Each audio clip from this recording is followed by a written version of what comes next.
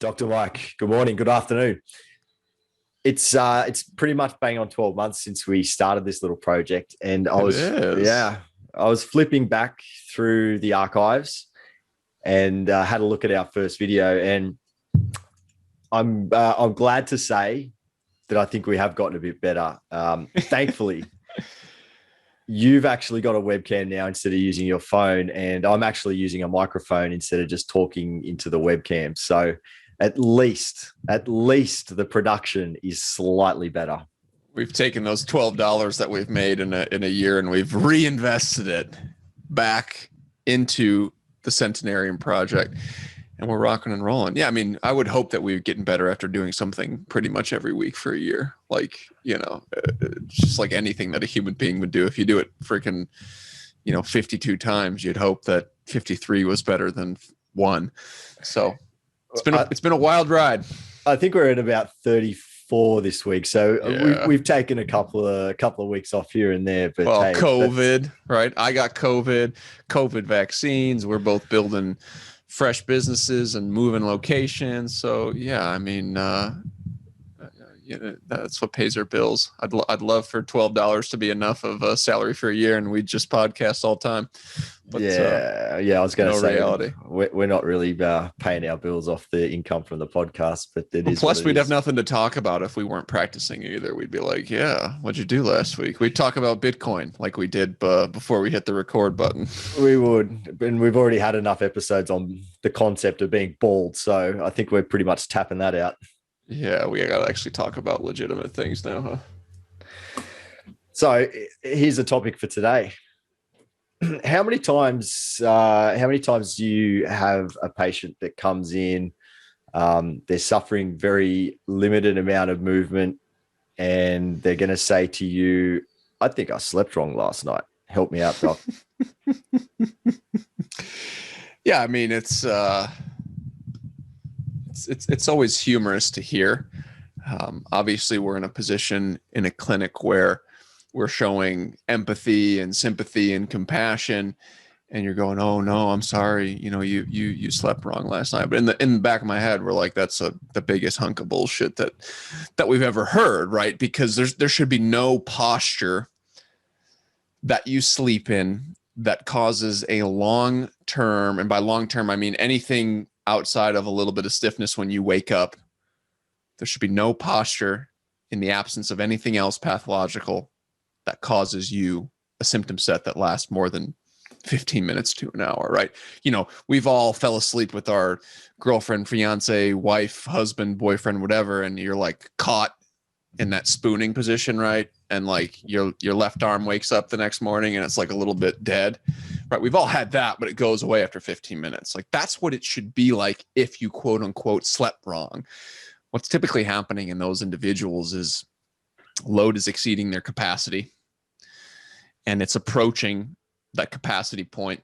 And yes, maybe you slept wrong and it set you over the edge, but more likely what's happened is as you've gone to sleep and you've gone into a recumbent posture, right, that disc starts to become rehydrated.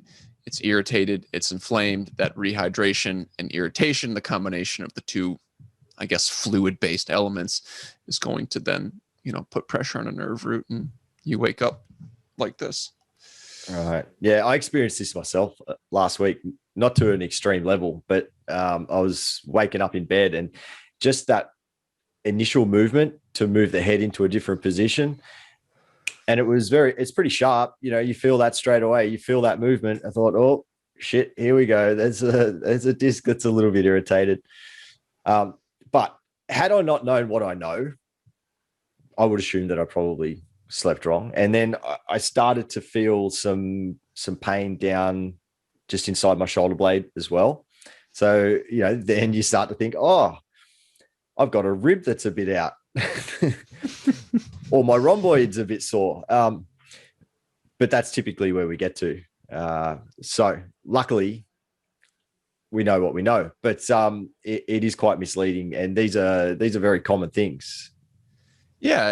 And to people's credit, right? I'm not just going to bash patients all day in this episode. To people's credits, there is some times where a pillow can bring you under symptom threshold, or a change to your posture while sleeping, if you're one of those individuals that closes their eyes and wakes up in the exact same position, right? You can change your posture, change your pillow, change your mattress such that you unload, right, a pathological tissue.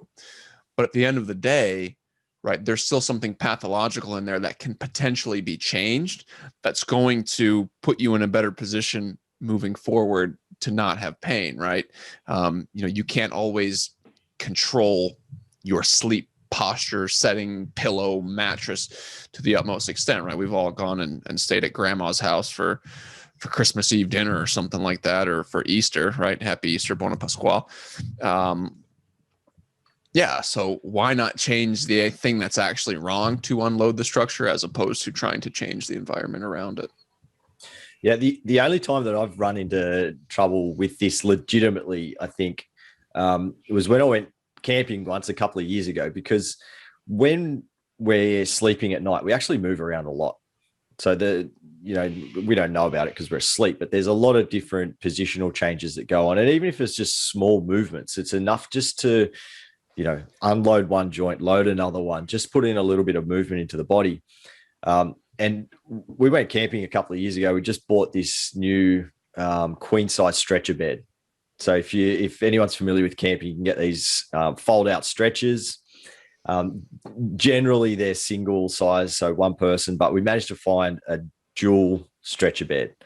The way that it was set up is that for two people, if one person has, significantly more body weight than the other one, then they're going to sag down a lot more while the other one's going to come all the way up. So you've got this imbalance there. I'm a bit more heavier than my partner, so I went straight down and she went straight up. So I kind of got stuck in this like sling down in the bottom of the bed there. And I don't think I moved the entire night. And I may or may not have had a couple of cocktails before I went to bed as well. So I was sleeping pretty soundly, but I woke up the next day and I was in all sorts with my low back because I just had not moved the entire night. I just locked in one position. So I think it is possible in that sense, but if you're in a normal bed and you're able to move around a little bit and that sort of thing, then we're more than likely we're looking at an irritated disc when we're getting up in the morning. Right. And you can differentiate between the two by, how long these symptoms persist, right? I don't know if your achy back, right, lasted 5 to 10 days, right? I'm not sure, but I do know that an irritated disc will last 5 to 10 days. And that's sometimes the reason why we don't see people within that 5 to 10 day period, is because we want to make damn sure, right? Hey, how long did this last? Okay, it lasted about 5 to 7 days. Okay, we're going to figure out why this happened in the first place, and if there's any area of opportunity for us to fix it. Game over, right? If you wake up with a little bit of a stiff neck, you immediately call the office. You come in. I can do voodoo magic on you, and you're going to feel better. If it's just a kind of a creep-based symptom set where you're just in a funky position for a long period of time. So here's a question then. What would we recommend that patients do when they do wake up and their, ears almost stuck to the neck and it's can't move, can't turn over the shoulder? I guess if we sort of go back into like traditional sort of chiropractic philosophies, the word torticollis comes out, right? It's a pretty well accepted sort of, I'm stuck here. A chiropractor may adjust some of those joints to try to get things moving again and break the injury splint, I think is the way it's sort of described sometimes. The other term is a Rhineck. You hear that sometimes. People just kind of kink in the neck. Yeah, I've just got a Rhineck today. It'll get better. This happens from time to time. I just need to get some treatment. How do you handle that? If someone calls you up and goes, dude, I can't move, I can't see anything, I'm stuck, what do I do? I usually tell them to wait a couple of days. I say, hey, I know this sucks. I know it's painful, but there's nothing that I can do better than good old fashioned time right now, right? Your outcome in these next week is going to be identical whether you see me or not. So why not save some money, save some time, relax, take a little, a CBD supplement, drink a glass of wine, and just relax, because it's going to be painful. It's going to be painful the most in the morning. And then after 5 to 7 days, you're going to feel about 90% better, 80 to 90% better. And then at that point, I actually have an opportunity to clean up those last bits of pain and then to prevent this from happening again in the future, or to significantly decrease the frequency of this, or to significantly decrease the intensity of these flare-ups moving forward. Because as you know, right, sometimes this is just part of life for people, and all we can do is just give them a little bit more space such that, right, these aren't as intense. Yeah, and so it's a good point, because this is also, what we see in the low back when we've got an injured disc in the low back, but this is not necessarily something that just happened in the 8-hour sleep that you just had. This is something that's been coming for a while, and it's just hit the threshold, and now you're really feeling it. So the treatment, it really needs to not just be symptomatic and not just address that current pain cycle, but we need to get on top of it. We need to stop it happening again, because like anything, these are progressive in one way or another, and we don't want injured discs becoming progressively injured, especially in the neck. It's too close to the brain. It hurts too much. Yeah. And trade secret, right? I'll tell you a little trade secret about chiropractors in general. I mean, they'll pay their bills on those types of patients, right? They'll make rent on acute irritated discs. Hey, come in 3 times a week for the next week, and we'll put some heat and stim on you. We'll ice you. We'll adjust your thoracic spine, give you a little bit more space in there. And then, they were going to feel better without that treatment either way. But you have a patient that's highly motivated because they're in a substantial amount of pain, willing to do nearly anything, right? You get them in, you sell them something that they don't need to be sold on, right? And you pay your bills, and then the rest is just gravy, man. It's just gravy. And then when you don't fix that condition, that happens 4 to 6 times a year per patient, right? And you just got them in this lovely little cycle where you make them feel better, you don't fix them, and the next time they come in and they irritated, it's going to be a week and a half of 3 times a week, or 2 weeks at 3 times a week, or 4 weeks at 3 times a week, whatever it needs to be.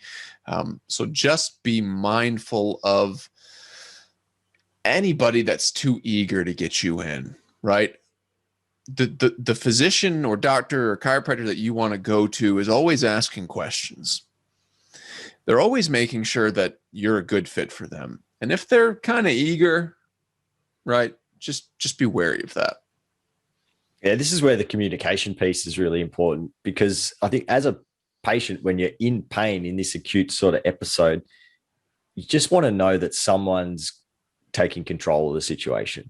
You just want to know that someone is going to tell you that it's okay. This is likely what's going to play out. Don't freak out about this. I'm here if you need to talk about it, but, let's catch this up again when you're feeling a little bit better, and we'll get on top of the problem.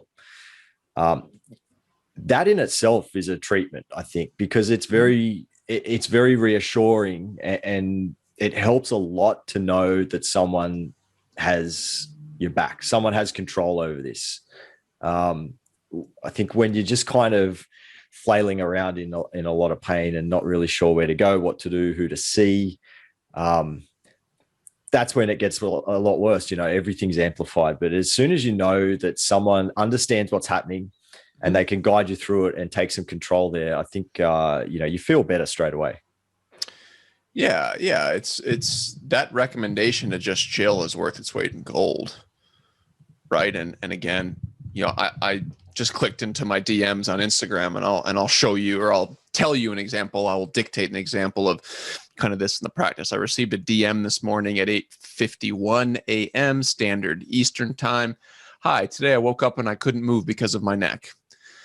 So can you please let me know how long it takes to fix it and how much it'll be? And I said, hey, person, is this the first time this has ever happened? Or is this something that comes and goes, like you experience on a regular basis, right? Because if this happens, this is the first time this has happened, we're going to get her to just relax. If this is something that happens every 3 weeks, then it's going to be worth getting her on the schedule as soon as humanly possible. And by the time she gets on my schedule, she's going to be cooled off and we'll be ahead of the curve. She goes, oh, no, this is the first time. And I say, ready? And I quote, got it. here's what we'll do. Let's wait 2 to 3 days for the inflammation to go down. And if you still need me, shoot me a message and we will book you up. There's not much I can do now that time wouldn't do the same for. And she goes, okay, sounds good. I put some patches on and I'll wait, as you said. And that's, the finito, the conversation. So again, this woman, right, this lovely, lovely individual that, took a little courage to go and reach out to me. And again, I'm very, very appreciative of it. And she was very, very appreciative that I gave her an honest and upfront answer of, hey, just relax, put some patches on it. I didn't tell her to go smoke weed or drink wine or anything like that, because I don't know this individual. But if it's somebody that I do know, I'm like, yo, you got to freaking toke a little joint and just relax, right? No big deal there. She's like, okay. And this person will likely call me in 2 to 3 days if it doesn't get better. And the next time it happens, if it happens, then I'll be there for her. And I'll say, okay, this is the second time this has happened. Let's make sure we get you in. But I want to make sure that it's worth your time, money, effort, and energy to come into my office, because once you're in there, I'm going to make a strong medical recommendation based on the assumption that you never want to experience this pain again. And that's the only way I'm going to do it. It's the only way I'm going to treat you. And if you want it, take it. If not, leave it. Look, she might feel better and she might not need to call you for the neck, but maybe 6 weeks down the track, she might have a knee problem and she might be thinking, hey, that bald man, Dr. Mike, he's a good guy. I'm in. Certainly. Yeah. I mean, I can tell another story of, this older woman that came in and she actually had a lateral meniscoid entrapment on her knee. And she called me up, listen, I was recommended surgery. She also had a little bit of tear in her meniscus. It was just a mess of a knee. And I said, hey, come on in. Let's do the consultation. I actually did a little bit of kind of mobility testing during that consultation. And there was nothing that I found. The adhesion was very mild. I removed a little bit of the adhesion. I retested and she's like, nope, that's the same thing. I ended up telling her, I was like, we can try a trial of care, see what happens, but I am not confident that I'm going to fix you. And she was like, okay, thank you, doctor. Awesome. 3 days later, her son-in-law calls, right? Looking to book an appointment, get the son-in-law in. And I'm like, this is what we need to do. This is what you got. This is how we're going to fix you. And he's like, where do I sign up? So there's power in that honesty. And if you're a doctor listening, I guess your lesson is be picky with who you treat, so that when you do give recommendations to the people that you do treat, they are solid. And as a patient, again, if it sounds too good to be true or somebody's too eager, yeah, come on in, we'll fix you for sure. We'll fix you. Just be wary of that, right? We've all been at the bar, right, on a Saturday night, and you go up and talk to that girl and you're like, hey, what are you doing? My name's Mike. And she's like, my name's blah, blah, blah, blah. Let's go home right now. You're like, whoa, that shit was too easy, right? You know what I mean? You're like, she's either like getting over an ex-boyfriend or something like that and just wants a quick one. She's either don't ask me what I would have done years ago. Right. You're loaded with, all sorts of sexually transmitted infections. You're crazy, right? Or, whatever it may be. And again, I understand this is 2021. We promote sexual freedom for everybody that listens to this podcast. But as a guy, you go to that girl and she's all taxi, pushed up, please.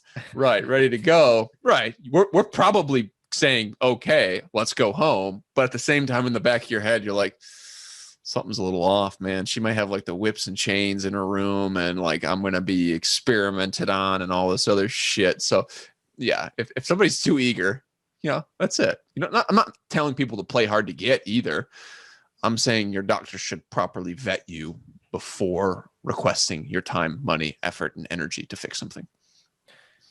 Yeah, there's been a lot of times where I've had to say to someone that I think it's in your best interest that this is not for me right now. Like, and I can help you get to the place that I think you're going to do better at right now, if that's your goal and that's your need.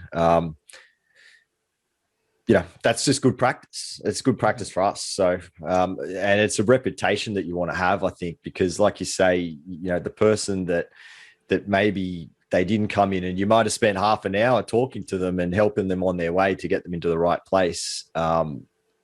It comes back eventually. Certainly. And then you'll get the criticism from certain healthcare practitioners where it's like, well, you just can't fix everybody. No, the knee surgeon can't fix the elbow pain. They just don't want to. It's not in their best interest. It's not in their best interest to go, knee's kind of similar to the elbow in terms of where it's at in each extremity. Let me just give it a whirl, right? There's lateral ligaments and stuff like that. Yeah, why not? Let me try it. Yeah, nobody's dumb enough to do that. So why are chiropractors dumb enough to do that? It blows my mind. What about this one, right? You treat somebody for 3 visits. You get their, quadruped lumbar flexion from 60% to 80%. And you come in on that 3rd visit and you're like, how have you felt since last time? And they're like, great, feel fucking amazing. And you're like ready to throw a party for them. And they go, yeah, I saw this new stretch on YouTube that I've been doing. And it's really just knocking it out of the park for me. Like, what do you think? And then what do you do? And how do you communicate in that situation? Well, I guess in my head, I'm thinking, well, it couldn't possibly be the treatment that we've done to actually physically change the tissue, restore the range of motion. It couldn't possibly be that. Look, I mean, I try not to be an asshole, as much as I want to, but look, I think it's great to reinforce the fact that there's this significant improvement, because that's something to celebrate, right? I'd like to know a little bit more about what the stretch is, and then just talk about that, and then maybe just discuss a little bit about the mechanics of that and why it may or may not have helped, and do we even need to continue doing that? So I mean, as an example as well, it's a little bit like you get the conversation sometimes with the person that's had a sore neck, and they'll come in 3-4 visits later and go, you know what, I'm feeling awesome right now. I changed my pillow 2 weeks ago and I just feel so great. Yeah, it's the pillow. Pillow. Yeah. Look, I mean, you sort of sit there and it runs through your head and you go, I would really want to be an asshole right now. But, in a very respectful way, I think we need to connect those dots a little bit. Yeah, absolutely. And, what I try to communicate to those individuals is, every time you come into treatment, right, there's a physical response, there's a neurologic response. And that stretch may be preserving the neurologic response for longer than it would had you not stretched. And I'll then ask them, I'm like, do you enjoy the stretch? Do you enjoy stretching? Do you enjoy the exercise? And they'll go, I don't know. I feel like I need it.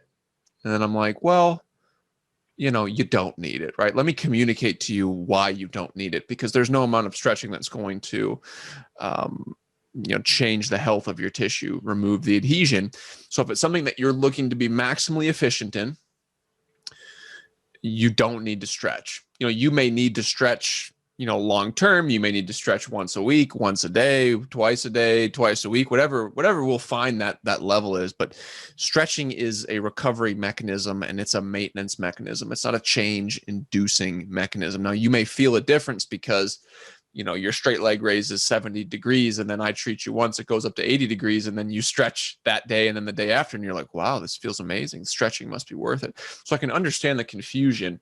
And again, I'm not just like you, I'm not being a dick. Well, it depends on who the patient is. If I like the patient and I can be honest with them, I'm like, yeah, your stretching isn't fucking doing a goddamn thing. And they'll laugh at me and that'll be the end of that. But yeah, know what stretching does and how it affects a treatment plan.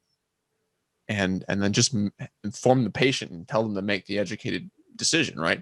Is hamstring stretching going to improve your sciatic nerve mobility? No, but is it a decent little adjunct to having your sciatic nerve treated and then being able to explore and maintain a bit more of that length? Certainly, right? Certainly. Yeah, good old stretching. It's one of those things that I think that the message that people have with it is that, I need to do this. I need to force myself through it. I don't enjoy it. It hurts. It doesn't change, but I need to keep doing it. And, one of the conversations that I'll often have with people at the start of a management plan is, stop your stretching, because if anything, it's probably making this worse at the moment. Right. So let's just kill it right now and start fresh. And, if I go back to school and on the topic of the wry neck, I remember some of the treatment plans that would get put together or suggested treatment plans would include stretching, stretch, pull your neck this way, stretch these tight muscles out. It's just fighting the body in every way possible. And, if anything, we just want to support it through that phase, not fight it, not make it fire up more. It's just perpetuating the problem a lot of the time. And, that sense of feeling tight and wanting to stretch it, it's for good reason, because the body's protecting an injury, and we've just got to let it do its thing for a little bit before we do anything. Yeah. Like anything that we've ever discussed on this podcast, the treatment's got to match the diagnosis. And if your diagnosis is an acute disc irritation, we know that stretching is going to be contraindicated to that, because you can irritate a disc further, right? And don't get me, I think stretching gets, we trash stretching sometimes, but just because it's an easy thing to trash. I think in the right applications, stretching can be used to improve range of motion, right? I think when you look at what breaks down adhesion, and you say tension breaks down adhesion, and we say, how can we apply tension in the realm of the physical exercise world, then it's slow, controlled eccentrics, right? We prescribe people slow, controlled eccentrics. I would be willing to bet that if you had a 70% QLF and you were doing Jefferson curls in a controlled environment, or you were doing whatever that West Side barbell thing is, the reverse hyper, in a controlled environment, and you were controlling that weight, and you had a coach that knew what they were doing watching you, or a doctor knew what you were doing watching you, I think that you could theoretically break down a small portion of that adhesion over time. Now, is that going to be the most efficient way to do it? Certainly not, because the magic of what we do is we can apply tension in a very specific spot in a very specific force vector. But, if you did Romanian deadlifts, right, to a tempo, there is a theoretical chance that you can break up or wear away some of the adhesion that's connecting your sciatic nerve to your gemella superior or whatever, and you can get an improvement. Now, it's I can get you 10 degrees in one visit. It's going to take you 4 months to get 10 degrees, but it's plausible that you could do it. It just has to match it. How many people know that it's their sciatic nerve when they can't touch their toes, or it's their lower back when they touch their toes? So, people get lower back pain and they're like, oh, I'm doing the pigeon pose, I'm stretching my hips, I'm doing groiners, I'm doing Cossack squats, I'm doing all this other thing. How come my back's not getting better? Well, the treatment's not matching the diagnosis. That's why you see an expert, Dr. Mike. That's why you see an expert. And again, there are situations where somebody is, I've got a patient right now. She's like, oh, I'm moving to Scottsdale, Arizona next week. There's likely going to be more of an emphasis on eccentric work for her, because I'm not sure if I'll be able to complete a treatment plan by the time she leaves for Scottsdale, Arizona, right? There are people that need it. There are people that don't need it. We do eccentric dorsiflexions all the time in the office. I do eccentric wrist extensions. I do, in very, very specific populations, eccentric, knee flexions. I'll do rear foot elevated split squats, things like that, just to help people out, right? Especially those that are kind of nervy, right? The ones that are like, what can I do at home? What can I do at home? What can I do at home? I'll fucking just give you something to do at home just to keep your mind off of it. So the stretching does work. It also works when you have healthy tissue, right? You've got a 90-degree straight leg raise, and I want to be a rockette, or I want to be a kicker in Australian rules football or rugby or anything like that. And you're like, that leg needs to get higher than 90 degrees for my life activity or my sport specific activity. Stretching will work to do that as well, because there's no amount of adhesion removal that's going to take you from 90 degrees to 100 degrees to 110 degrees, right? You need to spend fucking time stretching. So to round us out today, for the patient that wakes up and has a sore neck and they can't move very well, and they've listened to us talking all this garbled shit today, but they're thinking, okay, so maybe I don't just want to call this a wry neck, or maybe I don't just want to look at this as a rib being out or something like that. I want to sort of take a different view on this. I'm not going to just stretch it. I'm not going to try and get a quick adjustment. I want to try and manage this the right way. What are what are some telltale signs? Like what are the things that kind of indicate to someone, or that people should look for to kind of think, okay, maybe I'm waking up with a disc injury here. Maybe this is something that I've been dealing with for a while. What are some common signs that might be recognized for someone to pick up on that and go, okay, I need to go see Dr. Mike? Yeah, certainly. So, I mean, first of all, you can call us and we'll tell you that any day of the week. So if there's any confusion, call us, text us, whatever, we'll figure it out. You're looking at a large amount of muscle splinting, so spasm, to protect that disc. So it's going to feel like your world is rocked, right? And it's usually in an absence of an acute injury, right? You didn't like bang your head on the door and all of a sudden you've got 10 out of 10 pain. So we've got to kind of deduce that. Second of all, it's worse in the morning and seems to ease up and get better as the day goes on. And that's because the disc is most hydrated in the morning. As you dehydrate that disc, which is completely normal, right, that inflammation will go down. Morning pain is the last thing that's going to go away because it's the time that the disc is most vulnerable to express pain. Otherwise, you're looking at little improvements in range of motion. You're looking at 5 to 7 days. It feels pretty darn close to normal.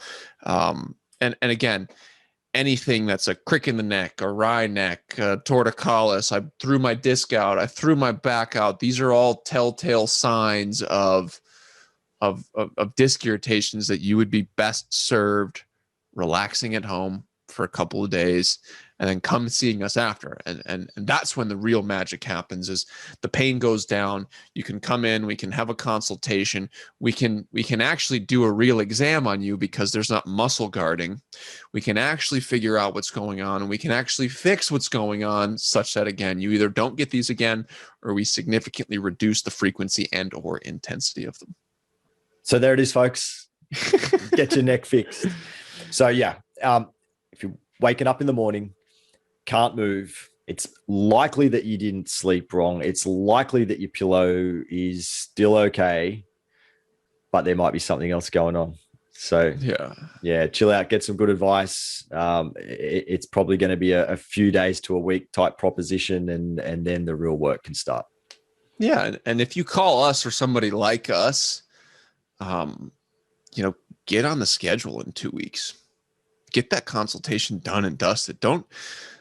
Sometimes the most valuable thing to do is that in that moment, make a decision that's in your best interest. And again, I discourage the individual who DM'd me this morning from coming in just because, I don't know, I was feeling generous or whatever it may have been. Not generous, but it was their first time, so I wanted to see what happened. But if this is a recurring thing for you, as soon as that disc irritation happens, call one of us, get on the schedule for a week from now, have the consultation, 2 days later, have the exam, and by that time, we're ready to rock and roll.